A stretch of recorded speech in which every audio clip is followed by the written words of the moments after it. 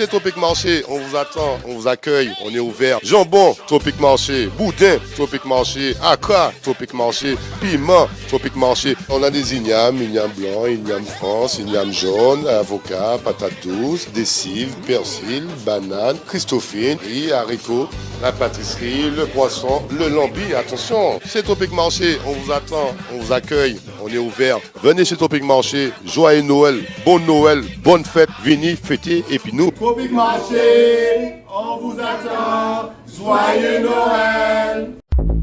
Martinique Actualité. Bien entendu, un fan club était prévu au Palais des Congrès de Madjana pour la demi-finale de la Coupe du Monde qui opposait la France au Maroc. Mais une mauvaise organisation a provoqué une bousculade qui aurait pu mal tourner. En effet, il n'y avait plus de place disponible pour des fans qui pourtant avaient en main des tickets qu'ils avaient réservés dès les quarts de finale. En réalité, 800 tickets ont été mis en circulation pour 700 places assises. Débordé, le service d'ordre a très intelligemment décidé de laisser entrer les gens plutôt que d'aller à l'affrontement. La victoire de l'équipe de France a, bien entendu, fait oublier ce petit désagrément. Il serait bien cependant qu'il ne se reproduise pas pour la finale. On se rappelle que la CSTM, menée par Bertrand Cambusi, avait soutenu la grève des salariés de Carrefour Market. Elle avait duré 6 mois. C'est dans ce contexte qu'il avait été accusé d'avoir enlevé et séquestré le dirigeant de la société Martinique Viande le 13 avril. Et c'est donc pour ce chef d'accusation qu'il a été convoqué au commissariat de police du Lamentin lundi. Il en est ressorti souriant et a rejoint les nombreux militants qui étaient venus le soutenir. Il leur a dit qu'il a répondu aux enquêteurs qu'il n'a jamais enlevé personne et qu'il n'a jamais vu de sa vie l'homme qu'on l'accuse d'avoir enlevé. En 2024, des radars extrêmement perfectionnés devraient être installés pour surveiller de façon constante le trafic dans le canal de Sainte-Lucie et celui de la Dominique. D'ici là, on devra se contenter des radars embarqués sur les navires qui actuellement surveillent ces canaux avec, de toute évidence, une efficacité insuffisante. Dans le cadre d'un chantier d'insertion visant à former des carreleurs mosaïstes d'art, des jeunes Martiniquais ont réalisé des fresques qui ornent actuellement les murs de la mairie du Gros-Morne. Des statisticiens très sérieux affirment qu'en 2070, la Martinique ne comptera plus que 212 000 habitants. Elle en compte aujourd'hui 363 000. Gouverner, c'est prévoir. La prévision est faite, reste maintenant à gouverner, c'est-à-dire mettre en place les politiques qui pourraient éviter cette catastrophe. Nous avons reçu de l'UNSA Éducation un communiqué dans lequel on peut lire notamment ceci. Le budget 2023 de l'éducation nationale prévoit de forts retraits d'emplois. L'UNSA Éducation et ses syndicats dénoncent ces suppressions de postes. Pour l'UNSA Éducation et syndicats, sa diminution des élèves prévue devrait être l'occasion de rattraper notre retard sur les taux d'encadrement.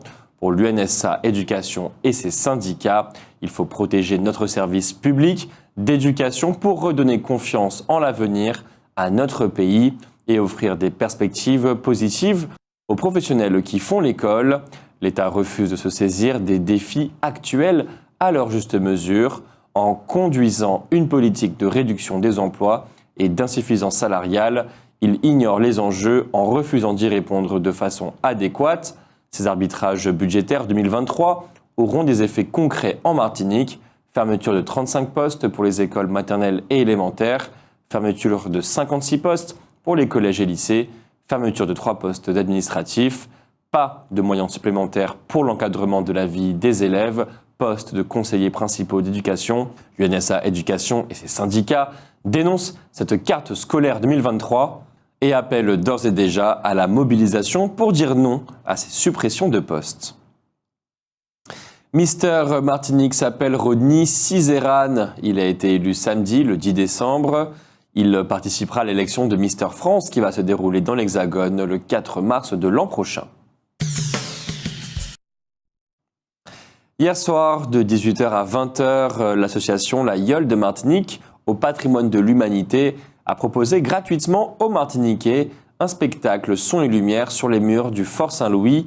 C'était une représentation originale qui fut très appréciée de l'histoire de La Yole dans notre pays. Les 27 ballots de cannabis saisis dans un bateau vénézuélien le 7 décembre dernier ont été détruits dimanche le 11 décembre.